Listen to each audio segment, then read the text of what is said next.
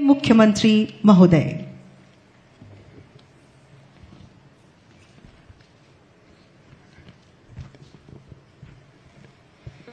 बोलिए भारत माता की, भारत माता की, भारत माता की, गंगा माता की, गंगा माता की। आज के इस विश्व पर्यावरण दिवस के अवसर पर मंच पर विराजमान जयपुर जिले के प्रभारी विधि एवं संसदीय कार्य मंत्री सम्मानीय जोगाराम पटेल जी,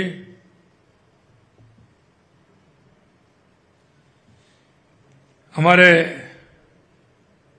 वन एवं पर्यावरण मंत्री, युवा और जिनके मन में हमेशा काम करने की तमन्ना रहती है, ऐसे हमारे वन पर्यावरण मंत्री भाई संजय शर्मा जी, हमारी जयपुर की सांसद श्रीमती मंजू शर्मा जी, मुख्य सचिव सुधांशु पंत जी, अतिरिक्त मुख्य सचिव वन एवं पर्यावरण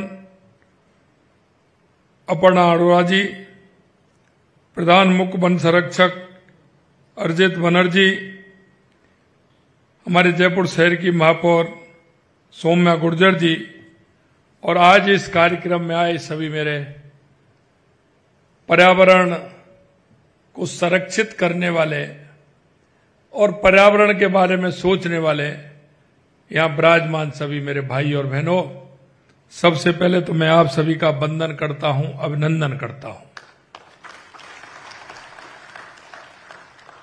क्योंकि आप एक ऐसे कार्यक्रम में आए हैं। ये वो कार्यक्रम है जिसको हमारे पूर्वज,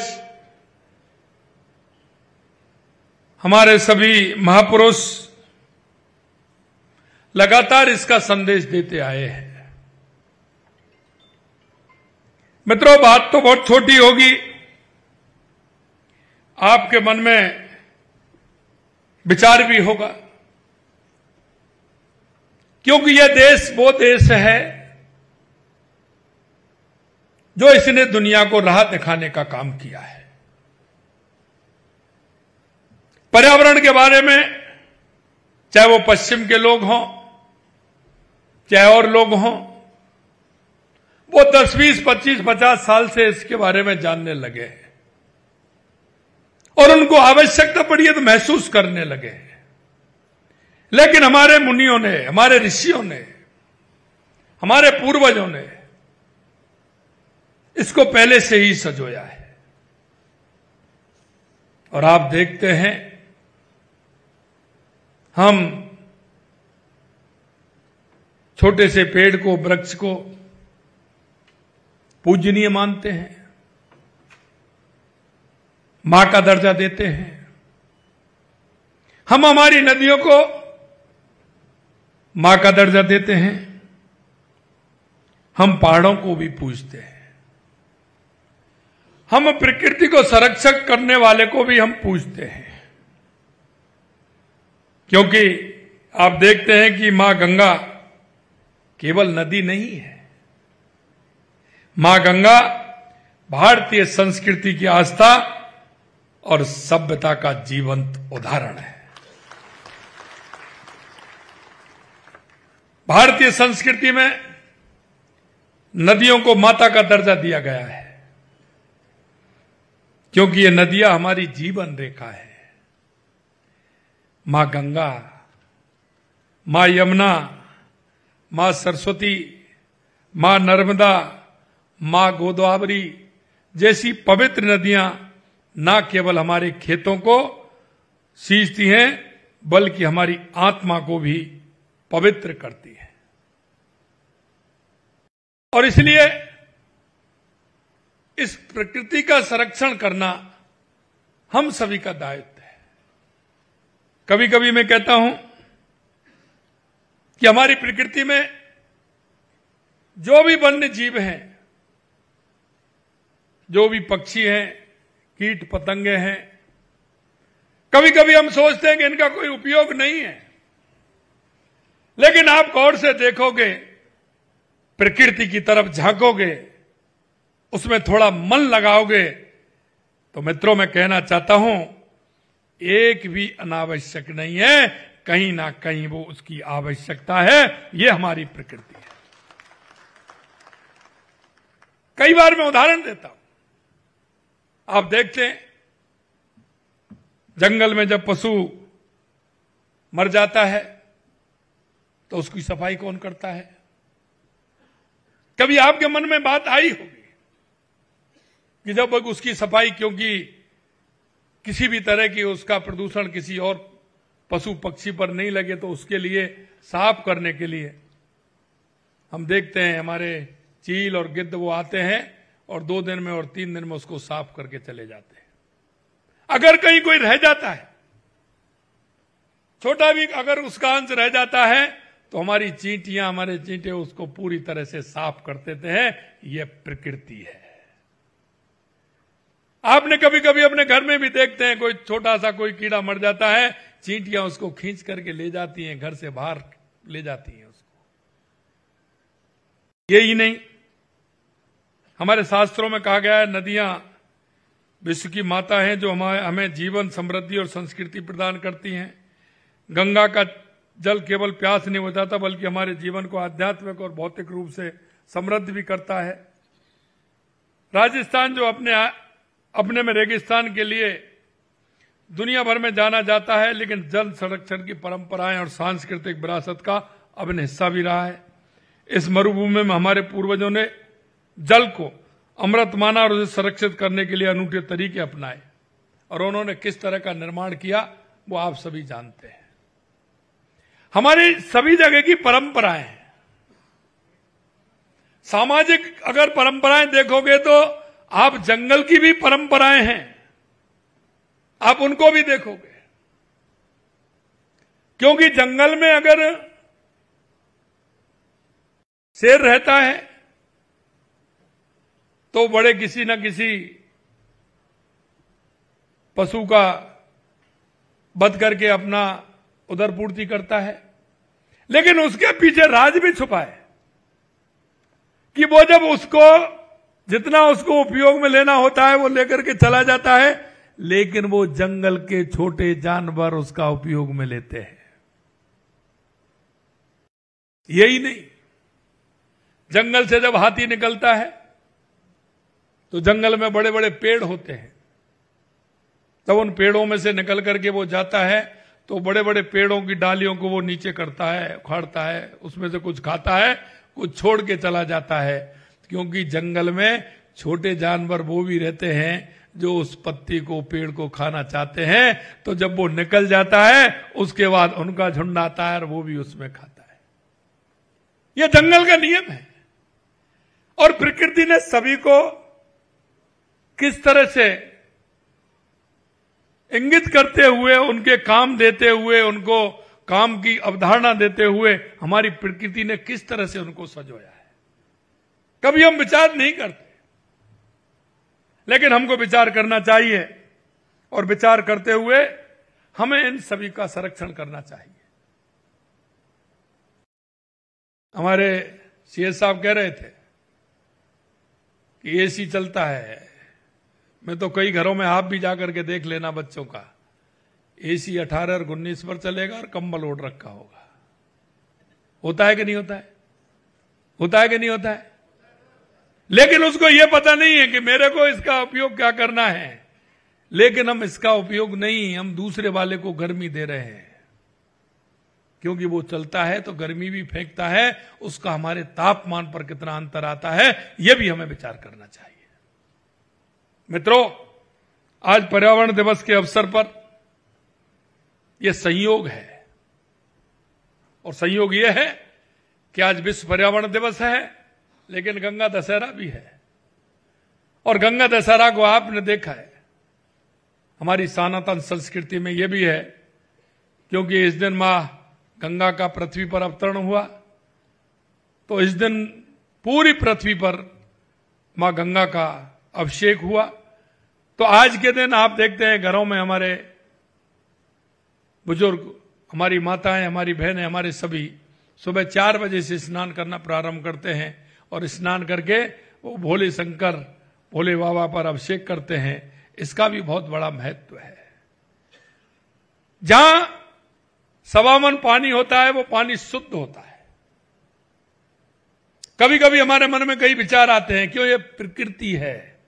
और आप मेरे भाई और देख लेना, अगर आपका किसी पात्र में अगर पानी है, वो भले ही अशुद्ध हो सकता है, लेकिन जमीन में अगर सवामन पानी से ज्यादा है, क्योंकि जमीन हमारी पृथ्वी उन सारे अवशेषों को सोख लेती है और वो पानी शुद्ध होता है।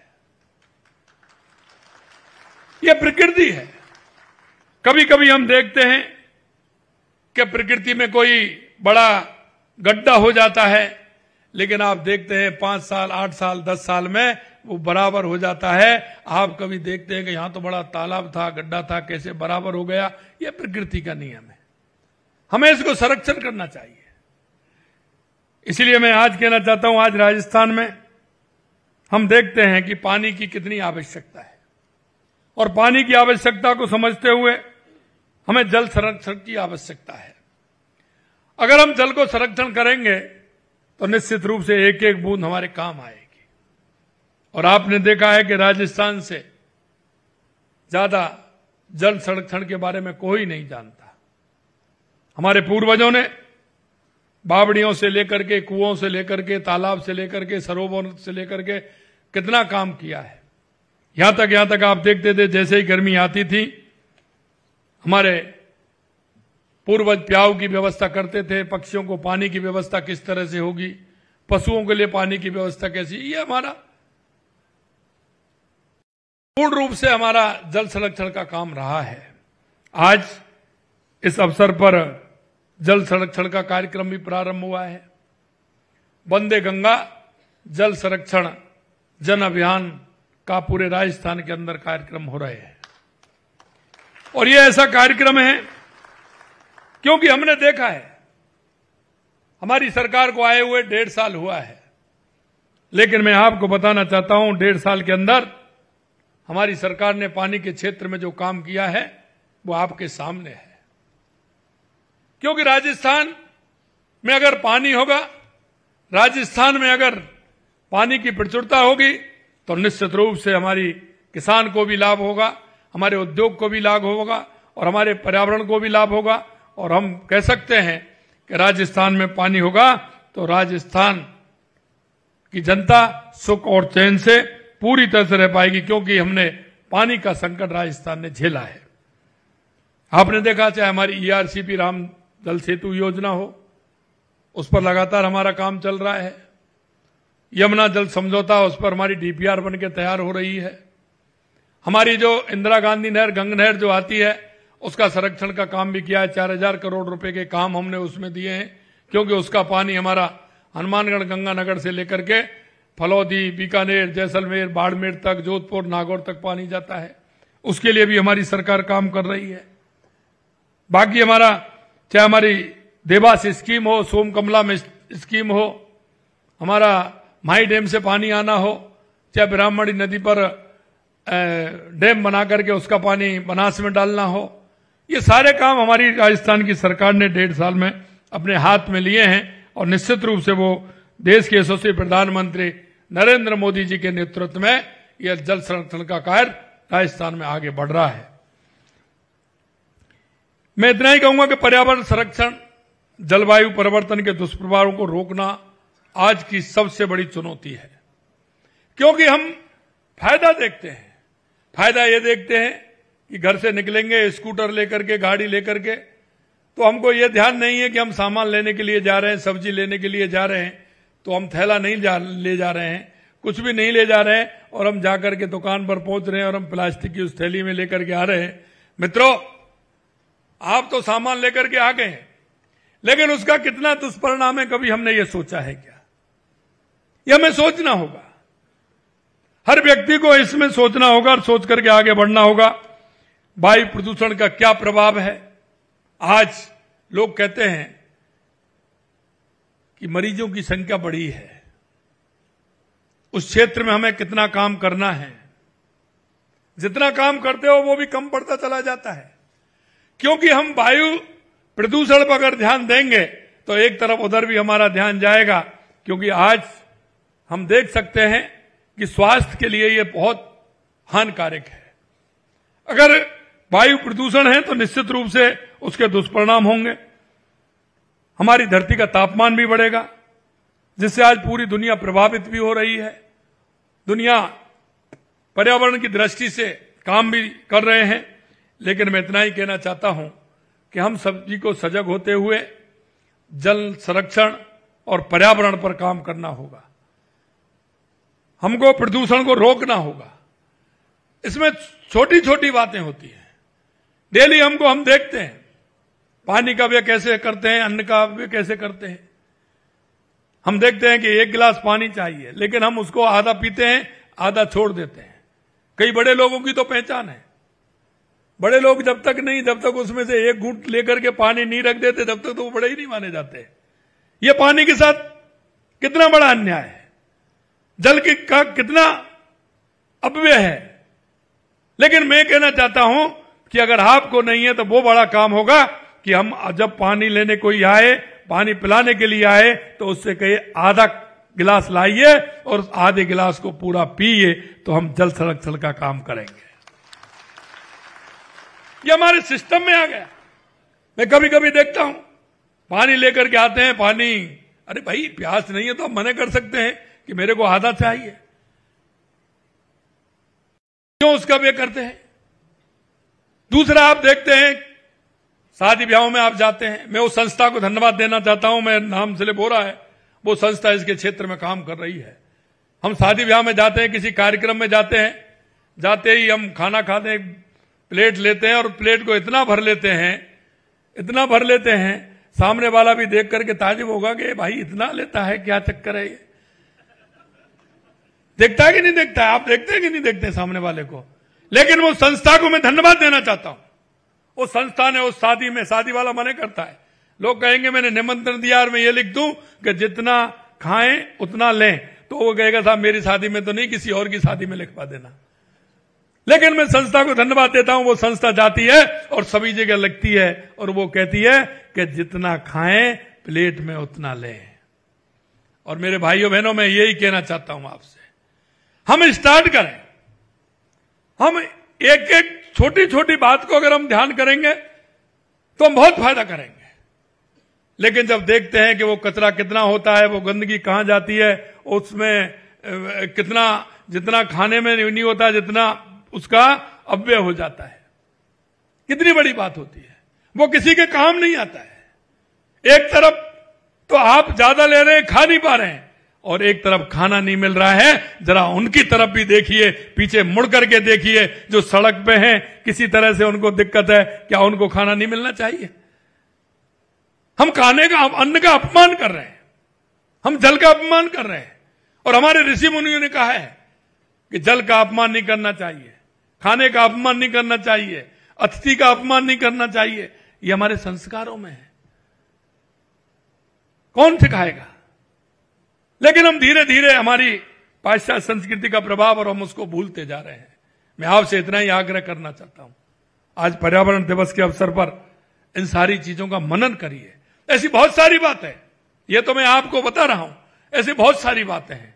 घर में, परिवार में किस तरह का है, हम किस तरह का कचरा डालते हैं, क्या करते हैं, क्या नहीं करते हैं, इन सारे विषयों पर हमें चर्चा करनी चाहिए।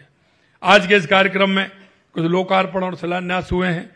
निश्चित रूप से मैं विभाग को बहुत बहुत धन्यवाद देना चाहता हूं।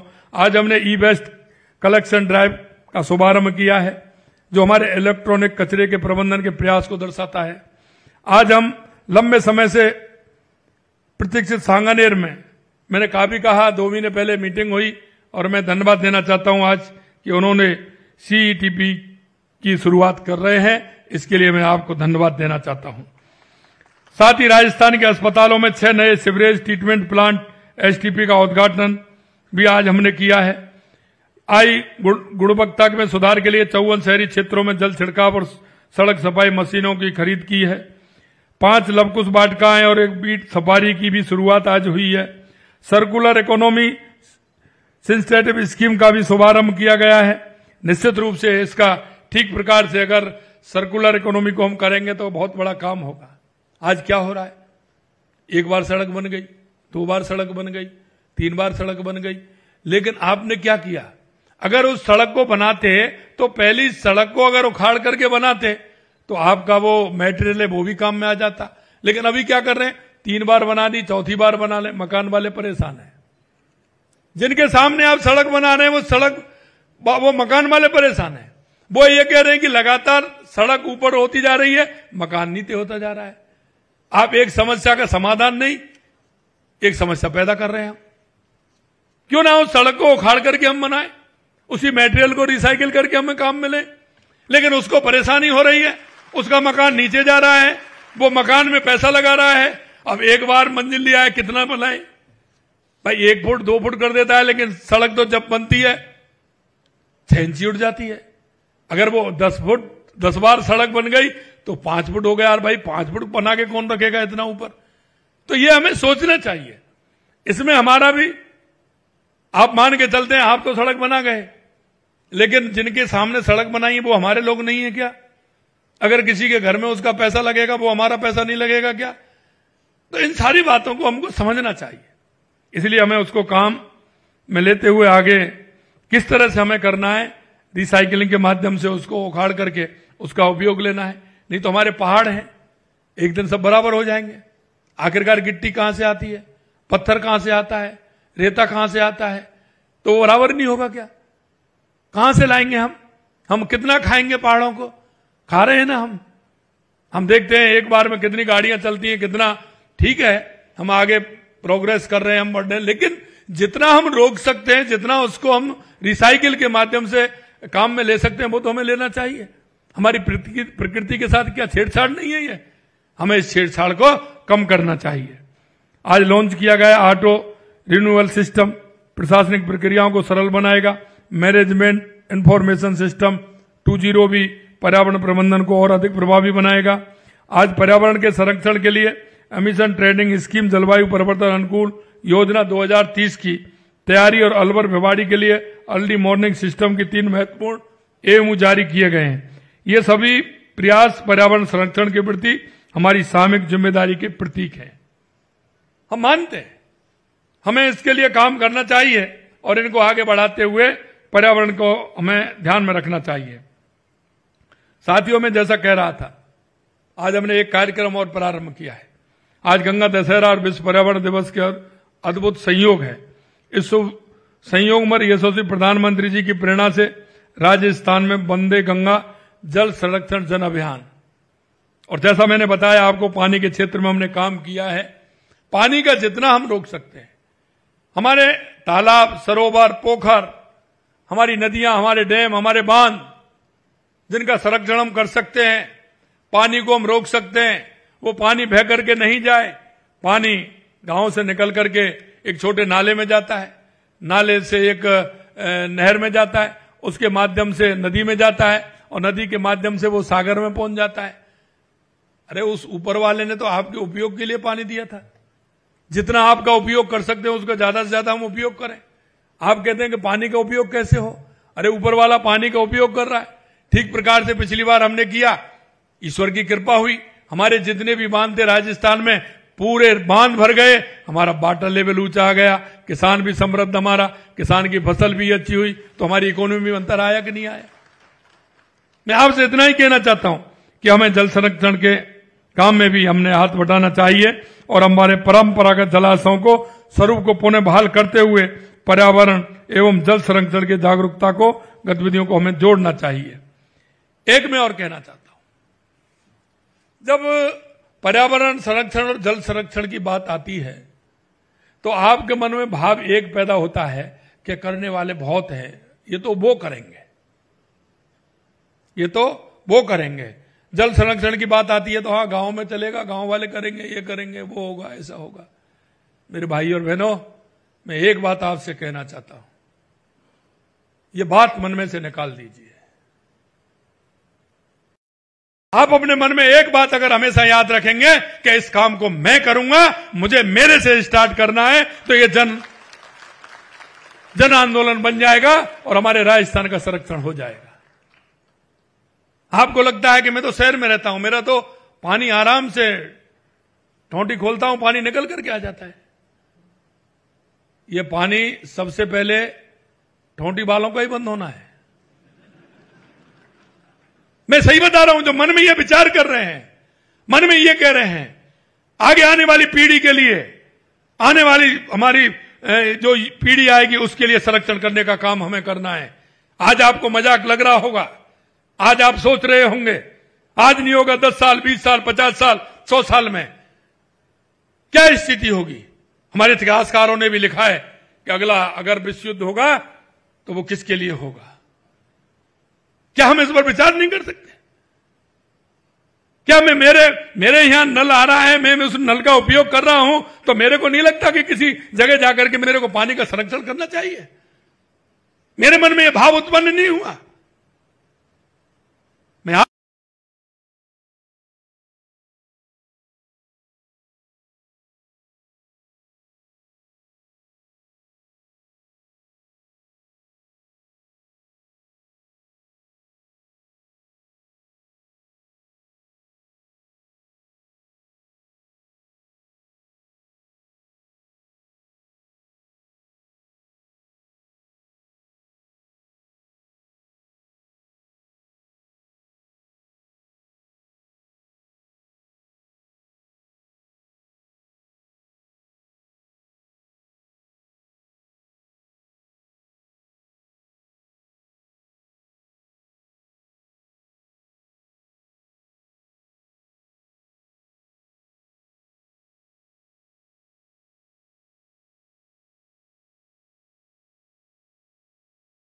झांकें कि मैंने जल संरक्षण के लिए और पर्यावरण के लिए मैंने कितना काम किया है।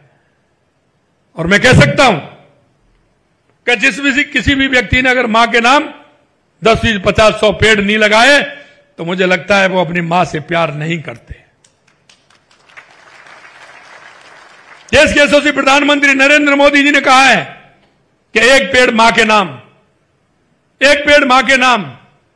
वो सिर्फ एक पेड़ लगाइए, जिस दिन जहां मौका लगे वहां लगाइए। उन पेड़ों की संख्या आपकी 100 200 500 और हजारों में हो, जिससे कि आप जिधर जाएं उधर मां की ममता आपको सराहे, मां की ममता आपको दिखे। यह अभियान ऐसे ही नहीं है, प्रकृति का संरक्षण ऐसे ही नहीं है कि हम बातों से ही कर दें। प्रकृति के संरक्षण के लिए हम सबको आगे बढ़ना होगा। 4 कदम हमको चलना पड़ेगा जब इस प्रकृति का संरक्षण हमारा होगा। बारिश को, पानी को बचाने के लिए अब आपको मैं कहूं, देश के यशस्वी प्रधानमंत्री नरेंद्र मोदी जी ने जब गुजरात के वो मुख्यमंत्री थे, गुजरात के मुख्यमंत्री थे, राजस्थान की तरफ से कोई मांग नहीं थी, राजस्थान के कोई जनप्रतिनिधि जाके उनसे मिला नहीं था, राजस्थान के किसी अधिकारी ने भी संपर्क नहीं किया था। लेकिन जब उन्होंने नर्मदा नहर निकाली थी तो राजस्थान के बाड़मेर और सांचौर और हमारे जालौर के लिए उन्होंने आगे चल करके पानी दिया था, आगे चल करके पानी दिया था। और अभी मैं आपको एक बात और बताना चाहता हूं, कैच द रेन अभियान का प्रारंभ किया था देश के यशस्वी प्रधानमंत्री नरेंद्र मोदी जी ने।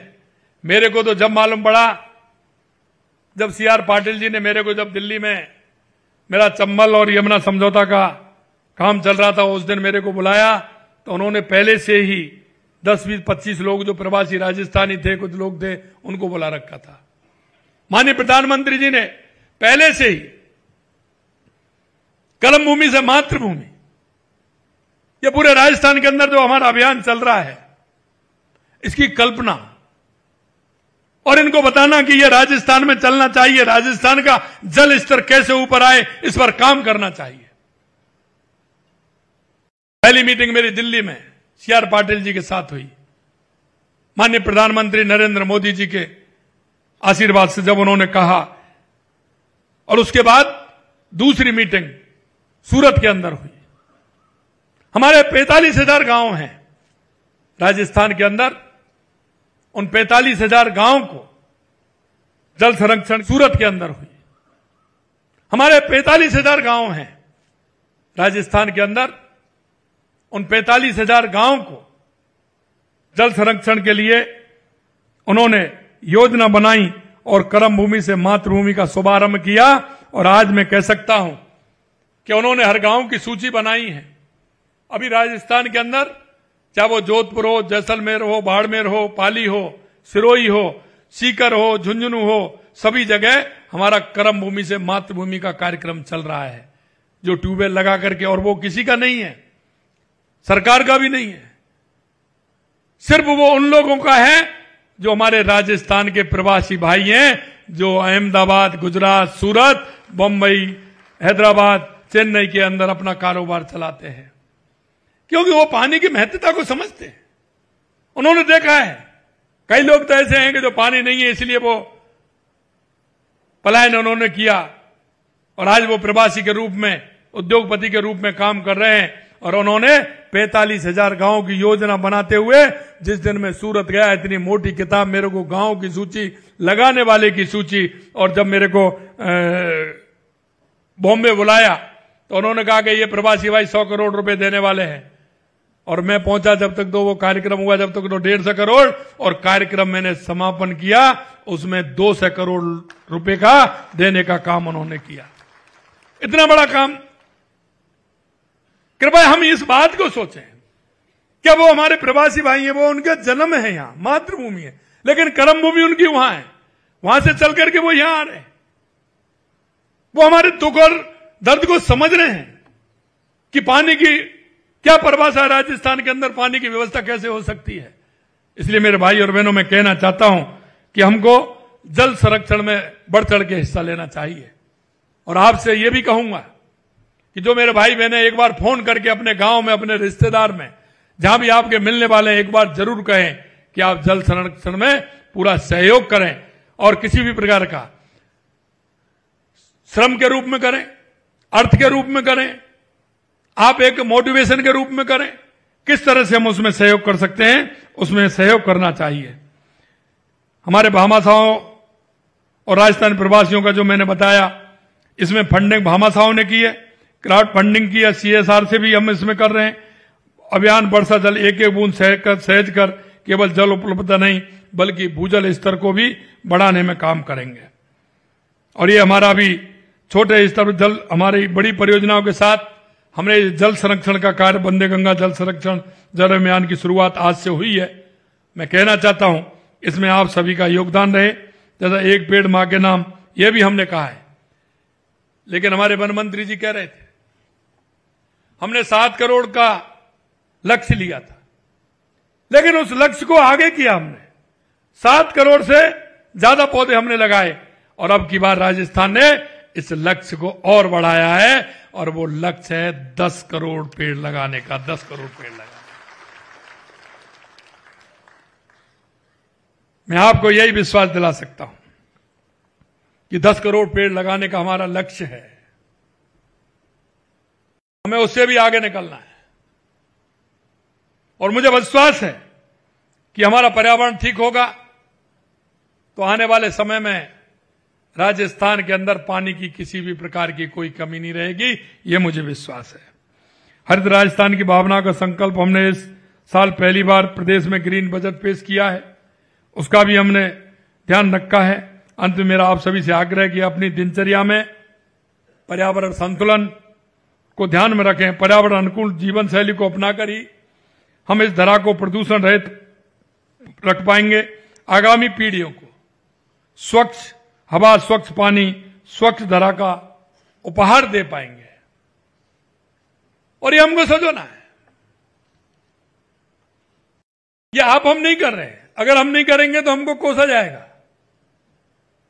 मैं आपसे कहना चाहता हूं, हमारे पूर्वजों ने कितना संघर्ष किया है, हजारों सालों संघर्ष किया, उनका जीवन संघर्ष में गया, संघर्ष किया, उसका लाभ उनको नहीं मिला, लेकिन उन्होंने ये कहा कि हमको लाभ नहीं मिले लेकिन हमारी आने वाली पीढ़ी को मिले, इसलिए उन्होंने संघर्ष किया। आज हम भी वही करेंगे कि आने वाली पीढ़ी को हमारा कैसा स्वच्छ हवा और स्वच्छ पानी मिले, स्वच्छ धरा मिले, इसके लिए हम काम कर रहे हैं। मैं अंत में इतना ही कहना चाहता हूं, आने वाले मानसून में एक वृक्ष अपने आसपास के क्षेत्रों में मां के नाम जहां भी जाएं एक वृक्ष लगाएं, ऐसा मेरा आपसे आग्रह है। हरा भरा राजस्थान रहने का हम प्रयास करेंगे। अंत में कुछ पंक्तियां हैं जो मैं कहना चाहूंगा। हर श्वास हो प्राकृतिक, हर श्वास हो प्राकृतिक, हर कदम हो हरित, हर कदम हो हरित अभियान, यही हो राजस्थान का संकल्प और यही हो नई पहचान। मेरे भाई और बहनों, आपके माध्यम से मैं इतना ही कहना चाहता हूं कि आज का यह कार्यक्रम हमने शुभारंभ किया है और संयोग है कि आज दोनों ही जल संरक्षण के लिए आज गंगा दशहरा है और विश्व पर्यावरण दिवस है। इस अवसर पर मैं समस्त राजस्थान वासियों से आह्वान करना चाहता हूं कि हमारे पर्यावरण का भी संरक्षण करें और जल का भी संरक्षण करते हुए हमारे और पास जो भी हमें काम दिखे उसमें अपना सहयोग करें, साथियों को सहयोग में लगाएं, एक संदेश भी दें। और आपसे आग्रह है कि इस कार्यक्रम के और पर्यावरण संरक्षण के लिए, जल संरक्षण के लिए अपना स्वयं का एक वीडियो अपलोड करें और उसको सोशल मीडिया पर डालें, जिससे आपके रिश्तेदार, आपके चाहने वाले, आपके पहचानने वाले आपको देखें तो उनको भी इस कार्यक्रम के लिए प्रेरित करें। ऐसा मेरा आप सभी से आग्रह है। आप सभी को बहुत बहुत धन्यवाद। जय हिंद, जय भारत, जय राजस्थान, जय गंगा मां।